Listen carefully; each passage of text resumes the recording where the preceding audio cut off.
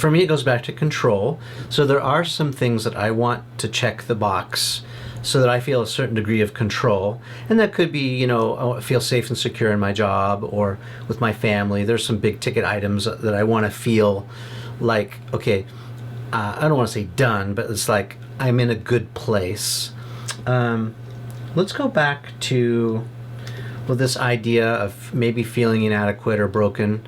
It's a topic I think that you've talked about a lot, and in particular in the book, about getting stuck. And I think it's a general theme that maybe people are feeling now too. What advice do you have? And maybe let's also paint a picture of what being stuck looks like and feels like, and then how do we get out of it? I'm Dr. Nicole LePera. I'm a holistic psychologist, and this is Behind the Brand with Bryan Elliott. Just describing what stuck is, because that will help us evolve the conversation into why so many of us feel broken, unworthy, inadequate in all of the different ways that we do. So the reason why we're stuck, and I saw this very clearly in my practice, because just going back to something you said earlier, right? I am the helper. I am the person who did all the studying on the mind. So when someone came into my office, my task, or so it seemed, was to impart the tools so that they could understand their mind by observing, by giving insights, right? So that they got themselves better, so that hypothetically they could go out and do better. Well, you could fix them. I could fix them. What I realized is that I wasn't good at fixing people, that people weren't actually, myself included. I'd been in all of the different types of therapy. I laid on a couch in analysis multiple times a week. I was on medication. I've done it all, right? I noticed in my life a similar pattern of a broken bridge, as I call it, between insight with, by this point, I'd been logging years with the same clients. I had incredibly insightful people who understood all of the bad habits that weren't serving them and even maybe knew the pathway out.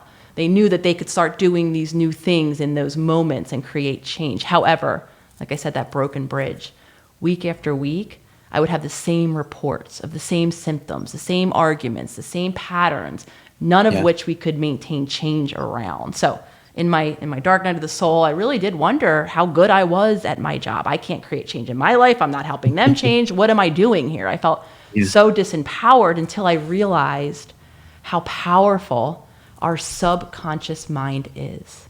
This deeper level of being that operates outside of our awareness, that contains all of the habits and patterns that most of us are repeating, depending on the source that you read, upwards of 80-90% of our day.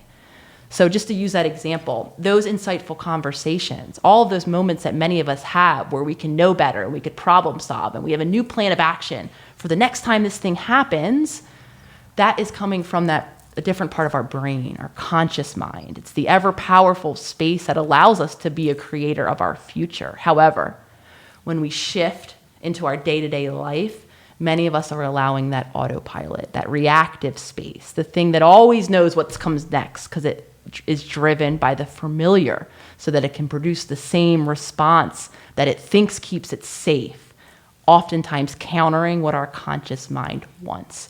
So in that space, the reason why I shared all of that, we can carry a lot of shame. We can wonder why we're broken, and maybe this path isn't for me because I can't seem to stay on it long enough to get there. And what I now realize is we can't get there. None of us can as humans because we're allowing our past to dictate our choices. From the daily behaviors we engage in, we're so habitual, to the daily thoughts our mind is thinking. The longer we think thoughts, the more our body reacts emotionally. Our energies change, our hormones change. We become very patterned in the way of being, the way we're relating to our others in our world, to just the world around us, to our past, to our future. All of that is in our subconscious mind. And in there, for many of us, are those deep-rooted beliefs of not worthiness that began to be formed usually very early on in life, where experiences resulted in some version of that feeling. If those experiences get repeated consistently enough, now we have a belief. So many of us in that recess of our subconscious has some version of not feeling fully worthy, that often, like I said, if we're not conscious, drives our daily behaviors. Okay. Trying to get my head around that. That is really, actually, like I would eat that up in a book. I would love to digest that, which I have, by the way. I'm just trying to wrap my head around it right now. And what comes to my mind is it possible that I'm stuck and I don't know it? A lot of us are stuck in ways and we don't know it. Because when we are in that autopilot, we are actually blind to all of those habits because they just are. They're just what we do first thing when we get up. They're just how we arrange our meals throughout the day. It's just how I react in each of these moments, not knowing that it's not genetically driven, not knowing that they all of these things that I just described are just practiced habits. So for those out there that might be questioning, wondering, am I stuck? The first task at hand, if you will, is to discover what it feels like to be conscious, to tap into that prefrontal cortex, to use either the ever-present breath that each of us are carrying around with us, living in this human body, as our focal point of attention, meaning when I'm lost in thought somewhere else, focusing my full attention on being in my body through focusing on its just in-breath and its out-breath. We can also use our sensory experiences of this moment. This moment is when I'm fully present to the moment at hand, I'm firing up that prefrontal cortex. I'm in my conscious mind. Can I interrupt and can we just go back a little bit, because I'm maybe just putting myself in the shoes right now, thinking maybe I think I'm fine. All is well in here. All is well. Maybe. So what are some signals that I might not actually have all the facts, that I might have maybe a distorted version or vision of me being okay? What are some signals that I might be stuck and not know it? Because I find myself sometimes there, like thinking everything's great, and then it's like all of a sudden, like the smallest of things, mountain out of molehill kind of thing. It's like I'm triggered or something goes wrong, and it's like, uh-oh, I'm not as great as I thought I was, because this shouldn't be disrupting my whole world, but it is. Really big feelings, like you just described, Bryan. That's a great example to use when we're feeling something that almost feels categorically impossibly big. Or when we have the loved ones around us who are very gently and kindly telling us that we're quote unquote overreacting. Right. And again, I think we can settle into when we do feel our experiences. For me, dishes, things in the house would produce me to fly in these cycles of agitation. And as I pulled back, I really had to explore, is it dishes that's bothering me? And what I realized, no. It was the meaning that my subconscious made out of those dishes, bringing me back to this experience in childhood where all of these feelings are understandable. So big feelings, a great marker. Consistent patterns and habits and feelings. Are you always kind of, no matter what you do, you're somehow anxious again, or no matter what you do, you're somehow sad again or left again? Those type of patternings can be another great place to look. Yeah, and it's something you talk a lot about in the book, is recognizing patterns. I think it's really important because, it is hard to see when it's happening inside of you. Whether you call it cognitive dissonance or what is that other bias that's very popular? Confirmation bias. I always agree with myself, that kind of thing. It is hard to see and recognize the patterns. What is the way out? I mean, is therapy the only way out? I mean, how do we recognize these patterns if we can't see them ourselves? Yeah, becoming conscious. Like I said, discovering how it feels to be in your conscious mind, fully present to the moment. What I noticed as soon as I started tapping in, and I noticed two things: how difficult it was, how my monkey mind always tried to bring my attention. Well, first and foremost, when I checked in with myself, I noticed I didn't know where I was. I very endearingly called it my spaceship.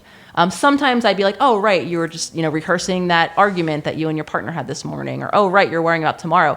Sometimes it was indescribable. I just wasn't really here. So I noticed that. Yeah. So then as a byproduct of that, I noticed how hard it was to come here and to be present here.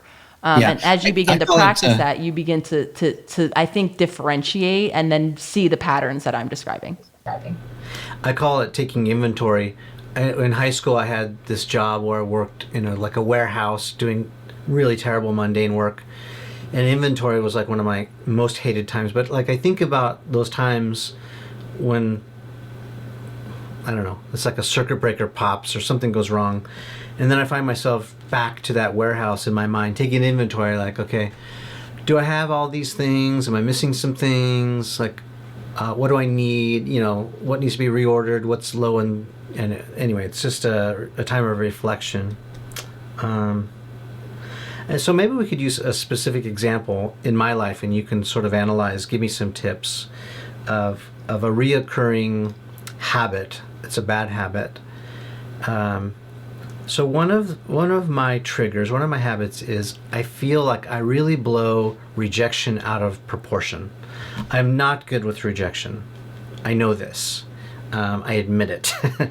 And like, I'll give you a very specific example that's happened lately. So on a regular basis, I get pitched for this show. I mean, I probably get 50 pitches a day at least, which is not a big number, but over a month time that adds up. And so me and my team will go through the different people that want to be on the show. And so I have to pick you for this show. It's like, I look at it through several different lenses. Like, is this valuable to my audience? Is it interesting to me? Is it something I can sink my teeth into? There's lots of different criteria. And at the end of the day, out of those 50, maybe 48 they're good, but they're not great. And so I have to say no to some really good ones in order to make room for the great ones. And then there are those that don't fall over my fence, that like I have like a little hit list, like people, a wish list, let's call it. And those people that I would really like to talk to because they've inspired me or they've been on a bucket list. And then I'll reach out to them and they'll say no. And I'm just like, I'm so injured. It's like, the irony. It's like, you have no idea how you've changed my life through your books or your whatever. I'm so inspired. I talk about you constantly on this show. It's like, I live it, I breathe it. And then you've said, my hero says no, you cannot be my sidekick, or, whatever that is. And it's just like, Then I revert to this knee-jerk reaction. And by the way, I'm totally aware of how wrong this is, but like, my first knee-jerk reaction is, fine, then you can never be on this show. It's like, it's like I don't know, it's like a self-sabotage kind of thing. Like, oh yeah, well, you rejected me, guess what, I'm gonna reject you. It's that kind of pettiness that it's like a good angel, bad angel on my shoulder, right? And it's like, I recognize it. I see the bad angel. I'm like, that's stupid, Bryan. You're so petty and lame. Quit that. And then, the other angel's like, well, they have no idea how much you care. It's like this back and forth battle in my mind. Can you help me with this?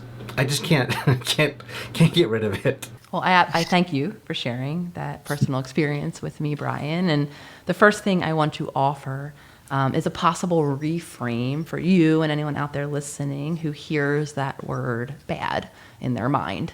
Because and in my explanation, we'll talk a bit about how, I believe that those habits and patterns, even around rejection, which a lot of us have, fears about rejection, overreactions, if you will, though I don't believe they're overreactions at all around rejection. I think a lot of us experience that and have concerns about that, and then arrange our life in avoidance of it. And I believe that even the narratives and your way of being that bad angel who wants to maybe punish, or the good angel that's trying to talk that bad angel off the rope, I believe all of that had a purpose. And again, the purpose was usually installed, if you will, into our hardware of that subconscious at that very young age. So childhood, I'm going to go as far to pronounce what I believe is a quite universal desire that, and every human soul that I've met, I think universally shares, and that desire is to be accepted. We are all, down to our genetics, wired, like I said, to relate, to interact with other people. And in our infancy, when we're just here on planet Earth, that desire is actually integrated, connected to our desire, to our ability to sustain life. We are the one mammal that's born incapable of keeping ourselves alive as a human infant. So I'm sharing all of this because our bonds to our caregivers, whomever they might be, acknowledging that it really does differ for each of us, are our lifeline. We need to be connected to these humans. So the desire to be loved, right, to be seen, heard, and understood, that's what I kind of encapture what I mean when I say that universal desire to be connected, to be loved, that we share as humans, again, originates very early on. And when we don't feel that consistently based on big bad things that happen to us, or just consistent dynamics that are at play in our family, we get hurt. And as the adaptive little creature that we are, we decide that we don't like the feeling of being hurt in this way. So we're going to put up all of these protections. We're going to do things differently moving forward. We're going to avoid the possibility of this level of pain happening. We're going to maybe tell ourselves a story that goes along with why we're going to avoid all of this so that it's comfortable for us to continue on. So I'm sharing the background of all of this to normalize the fear of rejection that I think a lot of us have, and also to voice something else that happens. At that early time when we didn't feel loved, because of the developmental state of our brain, literally, we can only attribute an I reason, an individual reason, meaning mom can't, so I'll use my mom as an example. My mom, who was very distracted, caring for the world around me, my siblings included, her own anxiety was internally preoccupied, right, was unavailable to me. At that developmental stage, I couldn't pull back like an adult and say, oh, like I am speaking to you now, my mom was distracted for all of the reasons, and it's totally understandable that she can't be available to me right now in my pain. The only thing that my mind could do at that time is make it about me. I'm not worthy of love in this moment. I'm bad. I'm a bad girl. I'm not deserving of my mom's love. Now, again, remember, we entertain this as our truth. The more we practice that as our truth, we don't grow out of that egocentric, is what it's called, vantage point. So in those moments, anyone who's feeling a fear of rejection, chances are we're reading that letter about, so-and-so who's declining my invitation, and we're almost regressing to that child who I'm being declined because I'm not good in this moment. Little do we know, and if we pulled back as an adult, we don't have any idea why that person can't or won't attend our recording. It might have nothing to do with us at all. And if we can expand and create that space to make another explanation possible, we can go a long way to invite a new response from ourselves. And then, like I said, over time, we can begin to kind of deconstruct those old beliefs and let in experiences that can allow us to form new ones in the future. Yeah, well said. Thank you. And I'm grown up now. I have some life experience, and so it's funny because I also know, and logically speaking, how absurd my reaction is, the feeling, and I've proved myself wrong time and again that no is most often just a no for now, and that when I ask 6 months or a year from now again, I get a different answer. I get yes. And so I tend to fall into this absolute kind of thinking, all or nothing thinking, which is detrimental. It still hurts in the moment, and you are absolutely right. I also recognize the root of it. So like, I can tell you that I have a certain amount of rejection baggage that I carry along with me that I can't seem to let go of. And that comes, my mom was married 3 times before I was 16 years old. I didn't have a dad growing up, and I definitely felt like, rejected, abandoned. I have abandonment issues, I feel. And I don't have any trouble, at least I don't think I have trouble going for it. Like, I don't mind, I'm married now, but when I walked up on my wife, my then girlfriend, to ask her out, I had all the courage in the world, even though I was also prepared for rejection. It didn't happen, fortunately, but I don't have any problem with the ask or going for it. It's like when I get the answer that I'm not happy with, that very selfishly I want, then it's like I have to deal with the consequences, the reverberations, and I almost feel like, oh, you just don't know how great I am. Like, I have maybe this distorted view of confidence, like overconfidence, like you have no idea what you're missing out on kind of thing in the back of my mind, because possibly that's a defense mechanism, right? Like, so that I don't just crumble or melt in a pile of goo for being rejected. I don't know.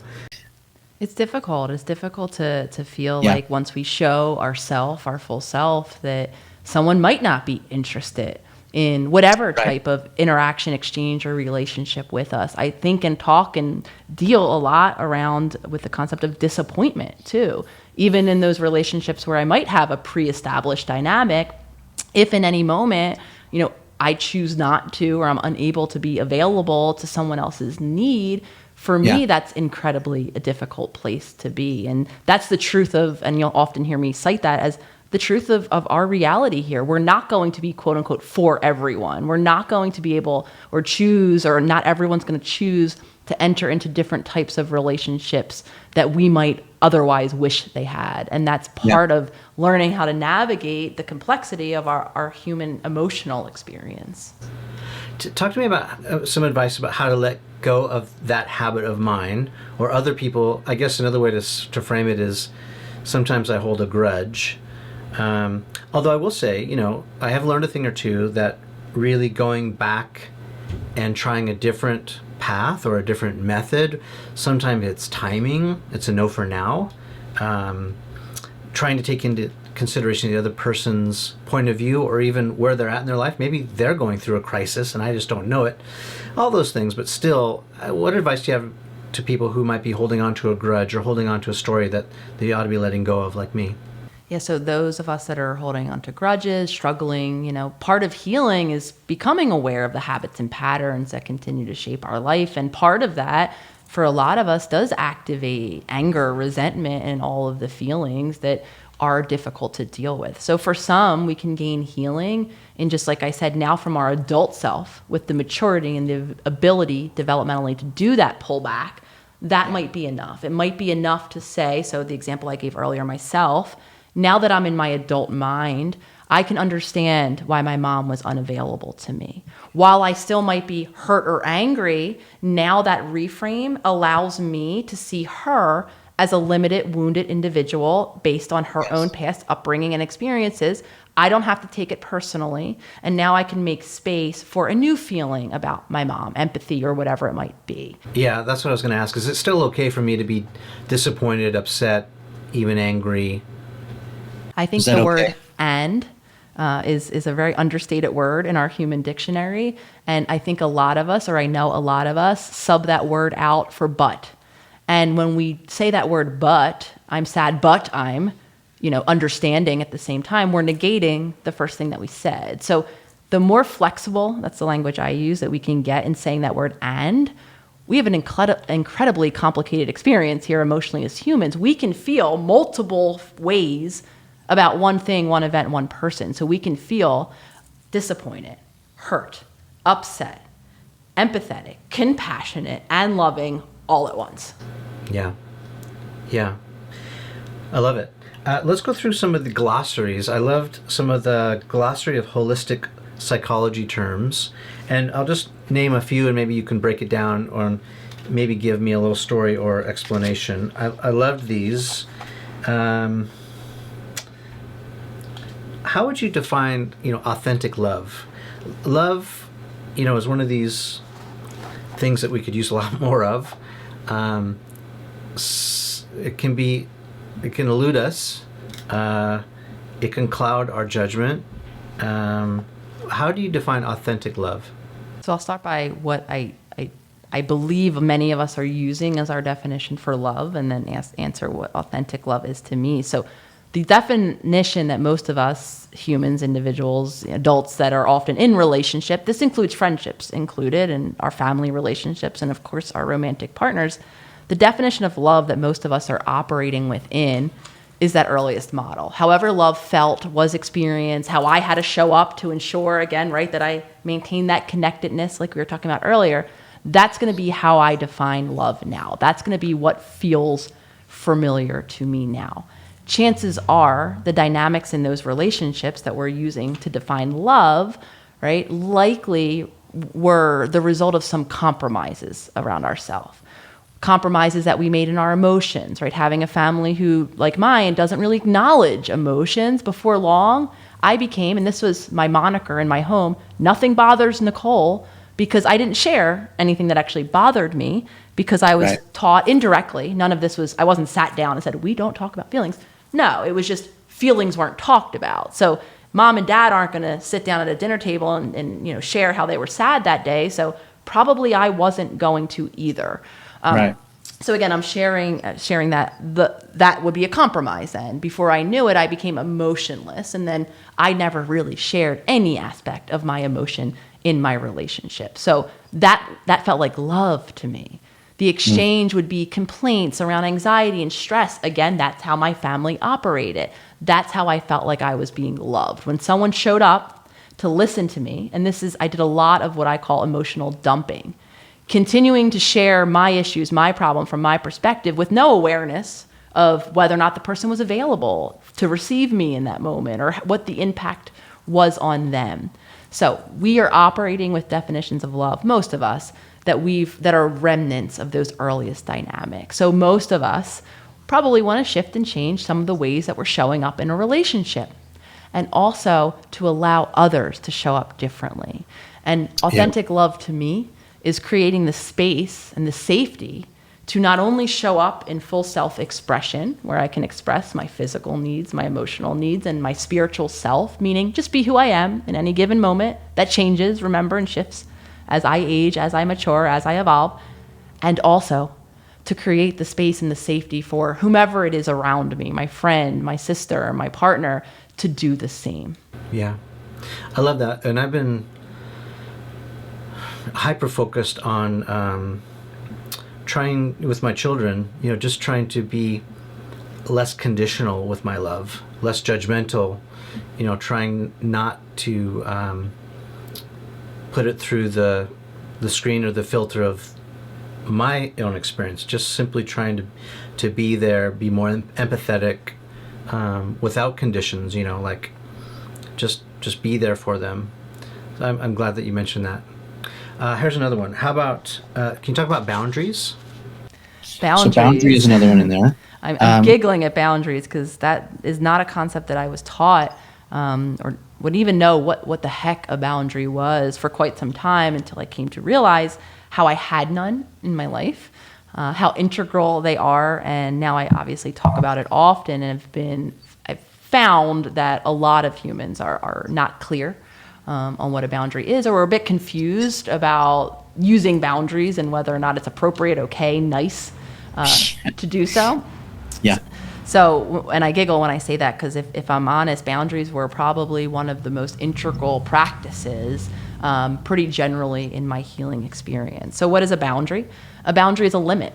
It's a separation, a space where I can carve out to safely express myself. Here you go again, physically, emotionally, and spiritually, separating me from the often differing experiences of someone else. So going back to parenting just really quickly, it is really hard to be unconditionally, to save the space for someone else to be them when the way they're reacting is different than the way we would react in a given moment. Remember when I said earlier that we're all subjective? We're even doing that with our own children. So if your child comes home, right, and something upset them at the schoolyard that you ran through your filter and wouldn't necessarily be upsetting to you, or maybe the converse. Maybe it was so upsetting to you because it happened to you as a kid, and now hearing your child, I don't know how it feels to have a child. I don't have them. I can imagine, though, the amount of love and care and concern and empathy you would have for your offspring. So either way, right, we can change the way that we're reacting in that moment because we're responding to us and to how we're feeling, and not holding that space that I was describing earlier for someone else. So the boundaries and utilizing boundaries are those limits, are things that we can put in place, ways of being where we can begin to modify how we're meeting or how we're setting up our environment or our relationships to ensure that our needs get met for ourselves. Yeah. I was thinking back to what you started saying in the very beginning of our talk, and I was getting a little bit worried because, so I have a 12-year-old son, and there's a pretty big age gap between him and his sister. And I started thinking, oh, maybe I'm doing it wrong. But also back to conditions, like I caught myself when he would get upset or something, like I would put conditions on him to say, I'm not going to talk to you until you behave this way. And I realized that it was a condition to accept him or be empathetic or just be there and love him for when he needed me. And I've since tried to correct that, but I'm afraid that probably I'm falling into that more often than I'm not. But I'm glad that you pointed it out. And I love the boundary thing too. How about boundaries with respects to pleasers? I can be a pleaser once in a while, maybe more than I like to admit. What advice do you have for pleasers with boundaries? So speaking as a recovering people pleaser from a codependent family, so what that means really is lacking those boundaries. Everyone operating in groupthink as a unit. Again, a lot of conditionality. If you operate like this, you're in group, and if you're not, you're part of out group. And again, as a child, being in group is really important. It's dire. It has those consequences. So I think, understanding boundaries and having that people-pleasing personality, that's why they were elusive to me, and that's why I think it's really important. A lot of us adapt that model, that way of being, that mask, that role, putting other people and their needs first as an attempt to ensure that we're getting our needs met, though often indirectly. So just to be clear about a boundary too, because while it does have repercussions of the people around us, boundaries are for us. So even in that instance, it's actually is appropriate sometimes if the person we're speaking to, right, whether it's our partner or even our child, if they are operating in a way that is dysregulating and completely dysregulating for us, staying present to that conversation actually isn't going to benefit either of us, because now the whole dyad is going to be in a state of dysregulation. I mean, if they're hyperventilating and they need. Yeah, and I say this though because a lot of people from that point of activation, like we described earlier, do become completely dysregulated and can actually create a not safe situation for the entire experience. So to be clear, when we're talking about boundaries, if we need to put a limit on our availability in a given moment, the goal would be to revisit that moment at a time when we're a bit calmer. So that's not necessarily being unsupportive. I know that that's challenging for a lot of us. We feel like, oh my gosh, if my partner needs me right now, I used to feel this way, I must be available. What about in the situations where I don't have any resources left, where I'm exhausted, where I'm having my own emotional reaction? So being available in that state isn't necessarily the goal. So speaking to the people pleasers out there, I read a book very early on in my healing. It's called Not Nice by Dr. Aziz Gazipura. And that was so helpful to me because it's about boundaries, actually, the book, though it describes, and as its title states, it really unpacks this concept of nice. And this idea that we do, and again, I was raised in that family where we do have to endlessly put other people first, with this idea that we're being loving or that that's what support is. And my family would even use this language, that's what family does. And like I said, I can make an argument that showing up in our own reactivity, in our own space of wounding, with depleted resources isn't actually beneficial. So for a lot of us, the people pleasers, boundaries are probably the most difficult part of the journey, but learning those areas where we can say no or be a little less available in service of our own needs actually in the long term benefits that relationship. Well, I could talk to you for hours and hours. Maybe I will back in a personal therapy session with you in the future. But maybe let's close this out by giving a final word of advice. The title of your book, How to Do the Work, Recognize Your Patterns, Heal from Your Past, and Create Yourself. We didn't talk too much directly about creating that self, although we danced around it a lot. Maybe some parting words of advice for people who are trying to figure it out.